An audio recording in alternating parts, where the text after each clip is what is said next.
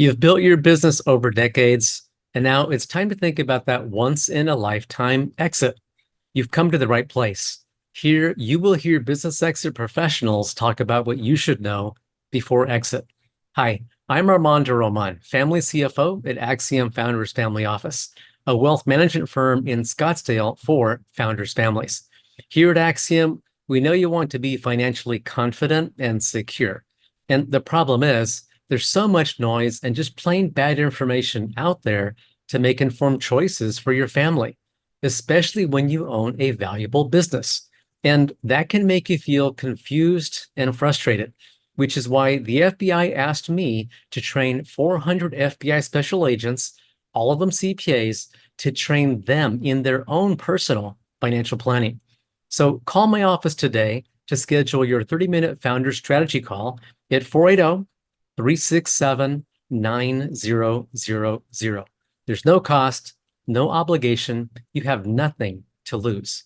Enjoy this episode of the Founders Guidepost. Hello, Armando Roman here with Governor Doug Ducey. Doug, how are you?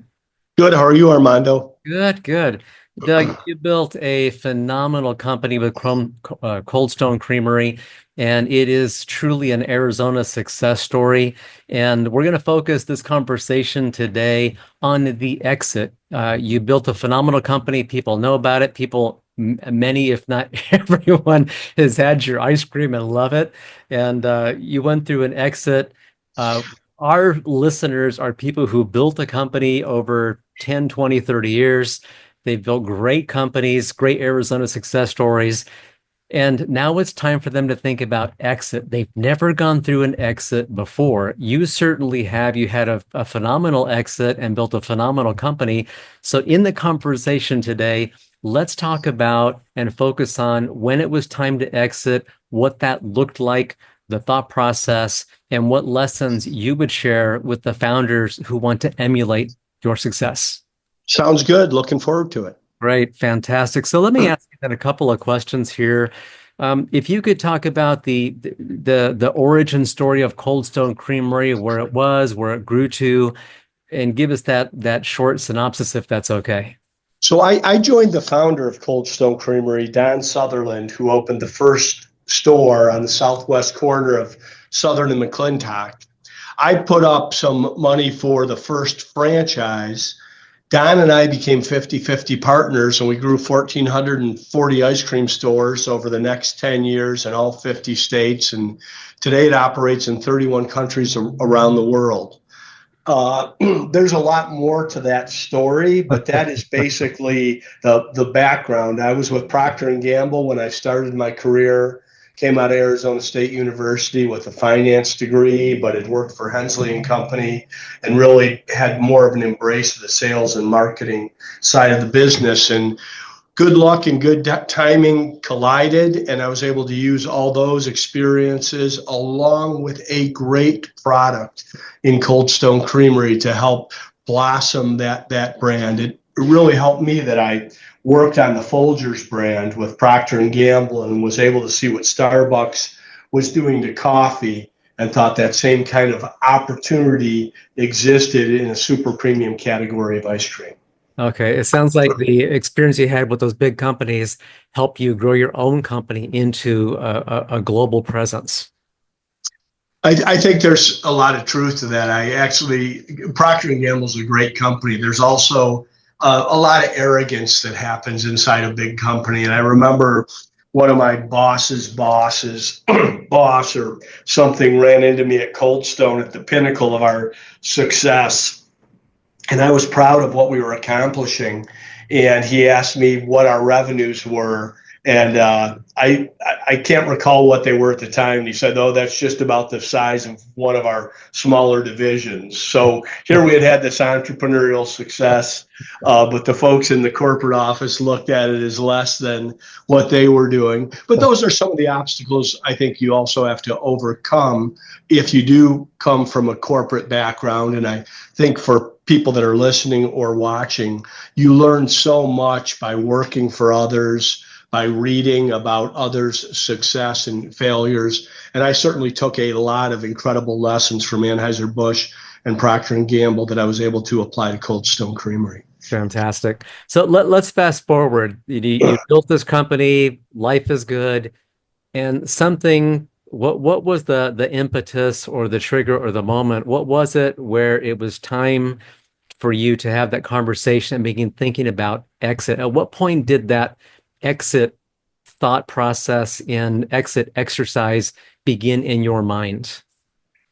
Well, it really was a combination of several things. First, we had built 1,440 ice cream stores. We had 840 in the pipeline for the domestic market. That's about the size of the market. Most of the growth after that was going to happen internationally, and I love the international side of the business, but it's very time consuming, and you don't come home for dinner on these international trips. They're 2 or 3 weeks away. They're fascinating, but that was part of it. The other part of it was just some of the realities of a fast growing business. I was younger in my career. My kids were younger. My partner was a little bit older and his daughters were growing, a desire to take more money off the table, and going on that journey of how do we take some money off the table, possibly recapitalizing the business, and then realizing the worth of the business at the time we began to look in 2006 and 2007. And like in politics, when someone makes a decision to exit, timing matters. Yeah. And when we went to market, we were selling the company if we thought we were going to get the right offer. It was not a matter of that we needed money. There were some desires personally among the senior team. So our timing was good, and it turned out to be a very good decision and positive exit. And so when I would ask the question, how did you know it was the right time to sell? It sounds like what you were doing is kind of testing the market. You knew it had grown to a certain size, certain revenues, et cetera. And you were going not because you needed to sell, but to see what might we get if we did market the company. Is that how that went? You know, I'm in an organization called Young Presidents Organization, and they have a product called Forum. I'm sure many of the listeners are familiar with it, but it's 8 to 10 other individuals. It's confidentiality, nobody, nothing, nowhere, forever. I'm allowed to talk about what I presented on, but I can't talk about what others presented on. I basically went to my forum and I said, I'm a little embarrassed about this, but I am in a situation where we want to take more money off the table. It hasn't been an issue for the last decade, and I'm not sure exactly how to pursue it. And one of my forum mates said, you should sit down with an investment banker. And I said, what's that? Yeah.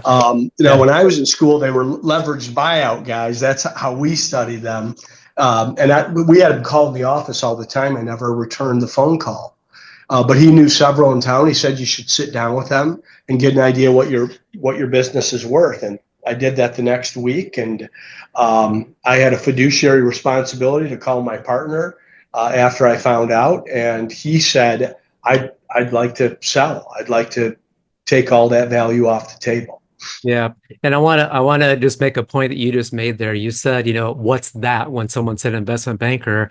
And that is such a good point to drill home to the listener that had someone not said to you, hey, this is what this guy does, this is how he can help you, you might not have known. It might have taken you a longer path to find out who can help me go through this exit process. Yeah, there's no doubt about it. I think whether it's the building of your company, the founding of your company, or the exit, the people you surround yourself with will make such a difference on how you maximize and leverage these different options. And Doug, just to be clear, you had not gone through an exit before, correct? No. It was probably the one thing that best prepared me for entering public life, because I don't know that anyone that hasn't been through an exit can understand the emotional and personal ups and downs, as well as dealing with the organization that you've spent so much of your life nourishing and developing and building. Are you wondering if you've missed anything in your financial planning? We hear that a lot from very smart, very successful people. Stop wondering. Offload that responsibility to professionals who do this for a living. Start by scheduling your founder strategy call at axiomcorp.com. Yeah, yeah. So excellent. I'm glad you brought up the investment banker. So were you and your partner both in agreement? You were both at a place in your life and career-wise that it was the right time, or was there a little bit of having to get to that same place, the two of you? I would say there was some discernment along the way, but we really did have a good relationship. Like I said, we were 50 partners. Every attorney in the world advised against that. But for us, it worked out well. Right, right. And I can see the attorneys advising against that, because then how do you make decisions if you're in a deadlock? Yes. Makes it very difficult. Okay. And next question, you touched on this. You did hire, and actually, did you hire the investment banker? And if so, how did you know which investment banker or banking firm would be the right one for your company and where you were at that time? We did hire an investment banker. You go through a beauty contest, just like they're going to put your company through. And part of that was me reaching out to my own network through Young Presidents Organization, Entrepreneurs Organization, trying to find points of relationship that other friends and respected folks had. And it's quite a journey. I mean, it's you have a full-time job in the running of your business, and this is another full-time job in the selling of your business. And Doug, as you went through that beauty contest and spoke with banker after banker after banker, end result, you did select a banker. What was it about? How did you choose that banker? What were the criteria, if you recall what those were, that you felt that was the right firm to help you with this exit? So it was some time ago, but from what I recall is we wanted to find somebody that had our best interest at heart, saw the uniqueness of the Cold Stone brand and could present it that way in different situations. Of course, we wanted to maximize our position as well. So the terms of the deal mattered. And then for me, I always love to make connections of who or where someone else worked, and references are incredibly important, whether I'm bringing somebody into the organization internally or it's going to be an external vendor. Okay. And so as you went through that interview and selection process, you must have seen many bankers along the way, and some discounted very quickly. But something about that banker, they're maybe where they'd been before, prior career paths or work experience, or maybe they helped other similar companies, somewhat similar to yours, go through an exit, but something about them resonated, and you knew that they were the right firm. Yes. Okay. And those criteria might be different for different companies, obviously, based on what the company is. Any thoughts as you look back on that? And I realize that's going back quite a while now, but any thoughts if you were looking back at that differently now that you have experience of having gone through that? Would you maybe have thought differently of the banker or looked at different criteria? With all respect to the bankers that are out there, I think this is a decision like having a good accountant, a good attorney, a good consultant.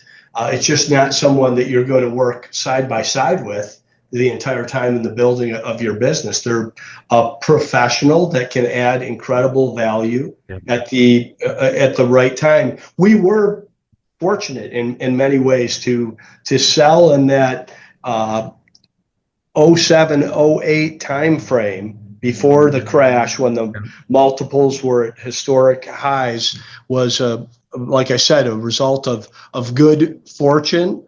I would like to think very good company, but also good timing and good luck. Yep. Yep, and you made a good point there. It was right before the '08 crash. You sold them in 2007, correct?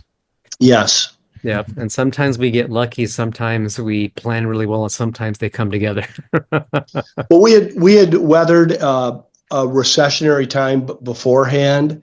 We used to have a saying at Anheuser-Busch, when the economy's good, the beer business is good. When the economy's bad, the beer business is better.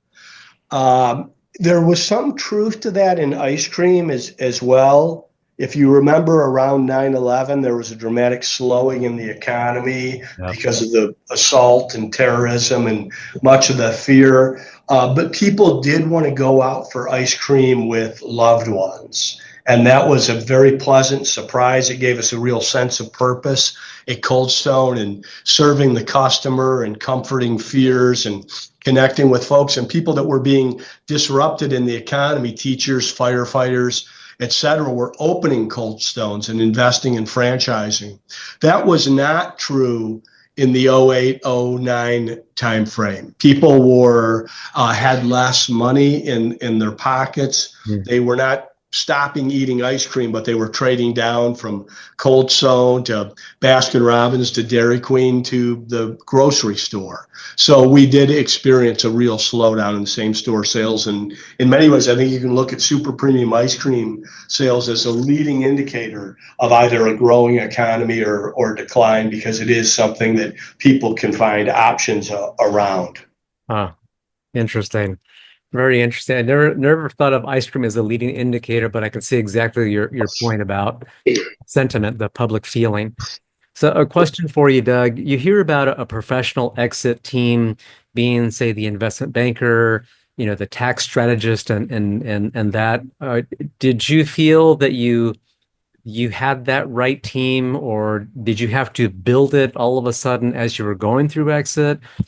Do you recall, and I realize going back a while here, of course, but that exit team that you had on board, how important was that as you surrounded yourself with the right people at that time when you're going through exit for your company?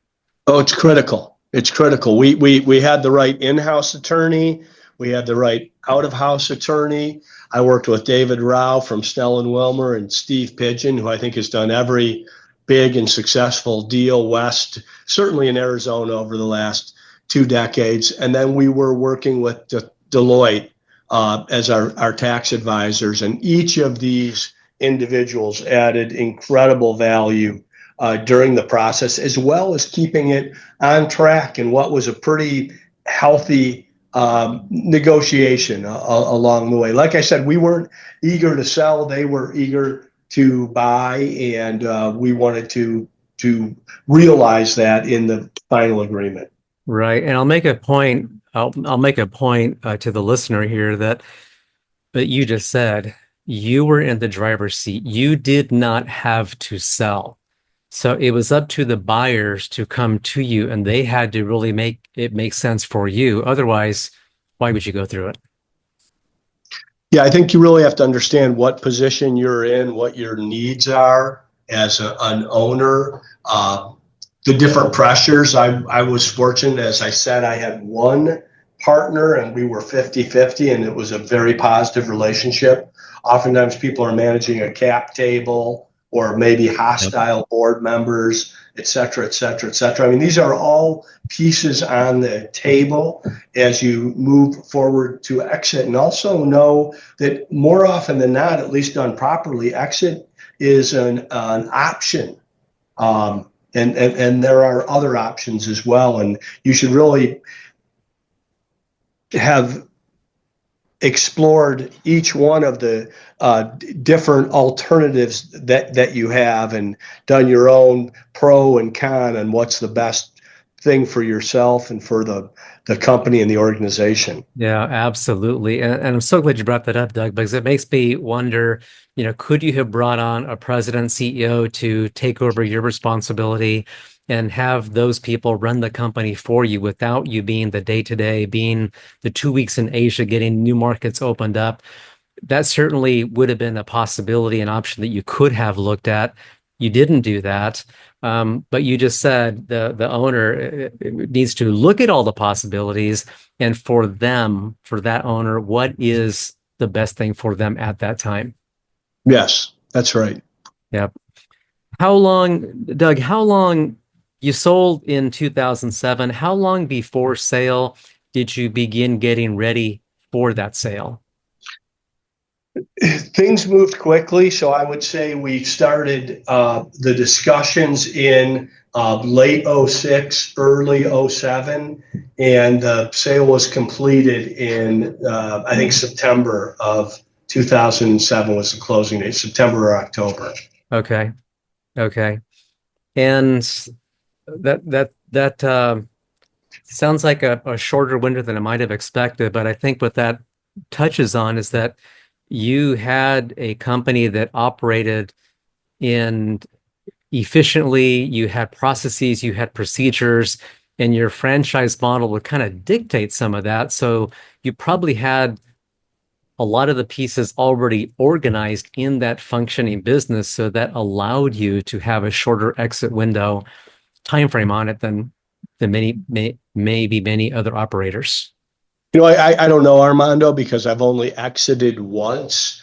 I will say I think the corporate background and the professionalism we brought to the business, the fact that we had in-house general counsel, an excellent chief financial officer, that our books were in order, that the numbers aligned, that Deloitte was our auditor, that Snell was our attorney. All of this gave great comfort to folks that were looking at the business. And then there is something about being a consumer brand that people have had experience with before they came to look at it as a business potential to purchase. I mean, your reputation precedes you in that setting, and our presence both nationally and internationally was just taking off. Wow, fantastic. So another question for you, Doug. Cold Stone, you started that as a franchise model. Do you think that being a franchise helped make that sale of the company easier or more difficult? Any thoughts on that? Yes, both. On that, I would say, speaking more to entrepreneurs on making the decision between a franchise model and the corporate model, is choose one. Okay. I read a great book called Franchise Organizations, put out by, I think, Harvard Business School. It said it's very difficult to be a great Catholic and a great Muslim. You have to pick one religion and practice it. That's much like the decision around being a franchisor or a franchisee. And that made a lot of sense to me. McDonald's is a great example of a great franchisor. Now, they still own some company stores, and so did we, for training when we want to seed a market. But being a great franchisor is different than being a great operator. Starbucks is an example of a company that, at least in its storied past, has been a great operator, does not franchise. It's franchised in places like Hawaii and in the airports, but by and large, it owns and operates. So franchising is a great model for someone that does not have money, but has a good idea and is ready to grow. And then making the decision to be an excellent franchisor is also helpful as well. I'll never forget, one of our franchisees in Colorado said he wanted to see the company put its money where its mouth is. And I said, well, what does that mean, Mike? And he said, I want to see you opening up more stores. And I said, well, that sounds good. Maybe we'll do that. Maybe we'll do that in Denver, and we'll go take all the best locations, and then we'll leave the rest for the franchisees. And he said, no, I don't want you to do that here. I want to open those stores. And I said, well, that's my point, is we want to be a great franchisor. We want to find the right franchisee and provide the best locations for them.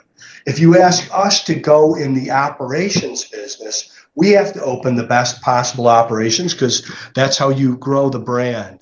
And I think once the franchisees and area developers got their head around that, they were able to embrace that. They began to take down the best locations, open, operate, and franchise them. And our growth model really took off. Okay, great. Another question for you, Doug. You chose the franchise model, and you did that very, very early on when you had that one location in Tempe, and you decided to expand using the franchise model.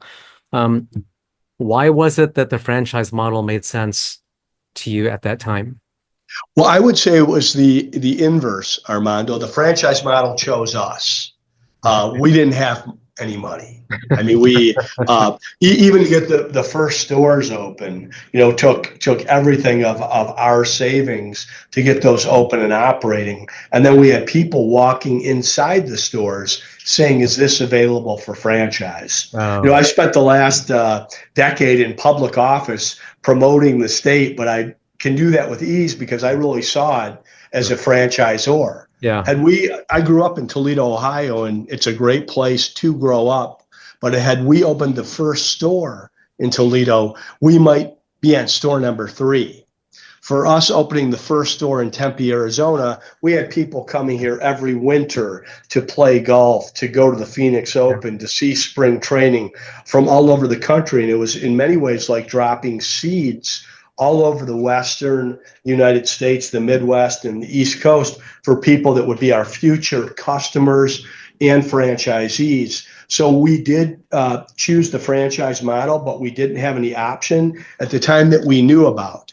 We could have likely gone to private equity or an investment banker, but that really would have changed everything. We were able to grow the company at the pace we wanted to grow it, that the market would absorb. And it did have many fits and starts. When I say 1,440 stores over less than a decade, that sounds pretty remarkable. Yeah. But year 1 is 2 stores, year 2 is 4 stores, year 3 is 16 stores. It grew some way in that manner, and probably 70% of the growth happened in years 8, 9, and 10. Yeah, on the back ends. Okay. Yeah, I spoke with Sharon Lecter not too long ago about the book Rich Dad Poor Dad that she was one of the co-authors on, or a co-author on. And just what you said, she said, we didn't have the money to take it to Europe, but we could do it through licensing and use other people's money to expand the brand. Yeah, I think it's one of the great American entrepreneurial inventions. The movie The Founder does not do justice to Ray Kroc, who was an incredible founder, and he was the founder of McDonald's. The McDonald's brothers didn't want to grow it beyond where they had it. But that is something that has been applied to so many other industries and lines of business, and it's still available today.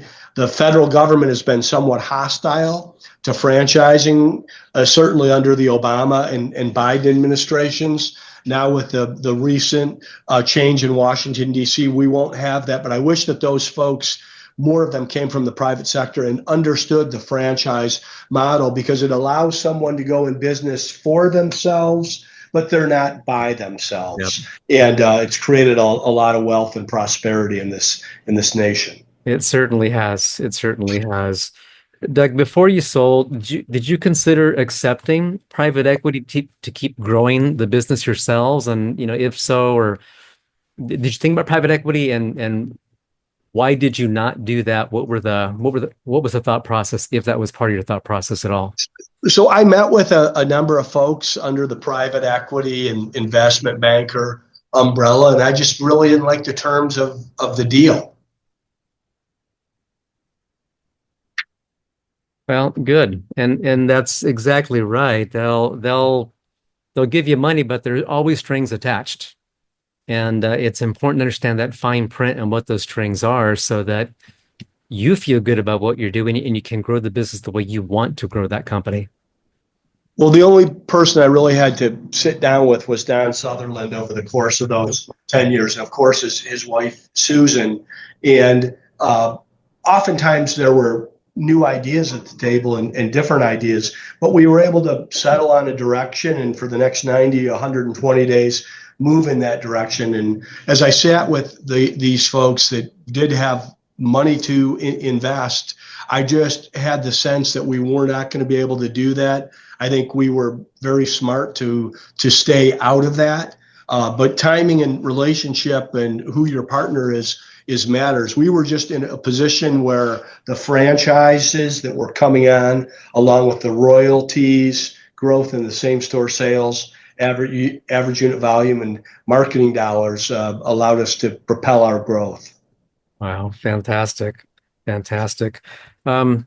What factors did you consider as you began your search for a buyer? We wanted someone who would be a good strategic fit. It so turned out that we had a local firm here in Arizona that owned regional brands. They were very eager to have a national and international brand. So it really did turn out to be a good fit. You had a firm that not only was here in Scottsdale, which is where we were at the time as well, but the company remains right here at Via de Ventura and the freeway. I think it's traded several times since 2008, 2 or 3 times. I'm told each time it's traded up, and they don't post number of outlets anymore publicly on the web. That's their choice. We wanted to share our numbers with the with the public as a private company, but I'm told that they have more units operating, and they certainly are operating in more countries than they were on the day of sale. Oh, that's so funny. So your Arizona success story sold to another Arizona success story. Yes. Does it get any better than that? Well, I think that we've seen the valley and the state change quite a bit over the last 20 years, and I guess that's one other indicator that this is a great place to live and work, play, and build a business. It is, and I just love that we have such an entrepreneurial spirit here in Arizona, and that it's flourishing. I'm just so happy to see, and what you have done to help make that happen and foster that has just been amazing. So thank you for that. Well, I appreciate that. I mean, I did my small part at Cold Stone. I think beyond that, what we've been able to do with the transformation of the economy, the fact that we have high tech and advanced manufacturing here, places like Taiwan, Semiconductor, Lucid, Nikola, all that private sector background is what allowed me to be so successful in that role as Arizona's chief salesperson and spokesperson. Right, chief salesperson. So another question for you, Doug. Given what you learned in the exit process, what advice would you have for the founder who is just now getting started in that exit process? I would say to make sure that you are talking to someone who is smart, has experience, and has been through this before. It's very important that you have the right attorney on your team. Very rarely are they the in-house attorney, even if you have an excellent in-house attorney, which I did have. And I think that's the place to start. There's a checklist of things that you have to do in preparation to package your company for sale. And then you have to go to the marketplace. So I always think it's better, and again, with the humility of just having one exit and it being very successful. We were not in a rush. Our timeline was our own. So we were able to check these boxes, do our diligence, and be prepared. Yeah, excellent. And you made a point about having good legal counsel, and you also made the point you had good in-house general counsel. Yes, but exit is a specialty. And having that attorney who understands exit as that specialty is really going to give you so much more of what you need for that once in a lifetime exit, as most entrepreneurs go through that. So you mentioned also building that team, having the right professional team around you so that you could navigate that well. And that all sounds amazing. The company Cold Stone Creamery, people know it now around the world. And that's thanks to the leadership you provided to the company, the fantastic company you built. Of course, it gives Arizona bragging rights. You and your team built such a great company that when I was in Washington, D.C. recently visiting my son, and we went to a Cold Stone, it was like visiting a little piece of Arizona, even though we were in D.C., because you started that here. And it felt really good just to be able to do that. Well, I'm happy to hear that, Armando. I hope your service was good. Yeah, it was. And the ice cream was even better. Excellent. So, Doug, thank you so much for this conversation. There are many entrepreneurs out there, founders out there who are, as you did, just working and working and working to build that great, successful company. They want to emulate the success you've had. And by sharing the points that you did in this conversation, we're hoping that they will learn and they'll have a better exit for themselves, their family, and their company. Any final thoughts that you might want to share with them about your exit and your experience building the company? Well, I just say thanks for having me, Armando. I enjoyed it very much. I love talking about Cold Stone Creamery and the great product and people and franchisees that we had. What I would say is the resources are out there for you. There are talented people in these spaces that have been through what you're about to go through. It's important to surround yourself with them, to do your homework, and to make the right decisions along the way. And also, timing matters. Timing really does matter. In the food service arena, you rarely see very high multiples, but they do happen. So have an idea where the market is, what your goals are, what the board of directors' goals and your other partners are, and then when opportunity strikes, you can seize it. Yeah. And looking back, is there anything you might have done differently? Again, for the founder who is thinking of their own exit, looking back, and of course it's been quite a while now, but anything that you might have thought about differently or maybe done differently as you think about that? Well, I think the exit with Cold Stone was a pretty solid story. I imagine we could have timed it a week earlier or later, but there's not much that I could complain about there. So, Well, Doug, thank you so much for this conversation. Again, it's such a source of pride, I'd say, for our state, the Cold Stone Creamery story and the stores out there now all over the world. And I'm just so excited that we have stories like yours and many others here and many, many more in the making because we have an environment in our state that allows for that and supports and nurtures that. So thank you. thank you, Armando. Appreciate it. Great. Enjoyed the conversation. Thank you. You got it. Thanks, Armando. Hope you enjoyed this episode of the Founders Guidepost. When you think about exiting your business, that's often a once in a lifetime event with no do-overs, and the stakes can be very high for your family. Before making that leap, ask for your free copy of our Scottsdale Founders Forum white paper, packed full with information that first-time sellers should know before exit. And schedule your 30-minute Founders Strategy Call at AXIOMcorp.com. Your exit can be amazing, everything you dreamed of, when you plan ahead and take all the appropriate and necessary steps. That's what's possible.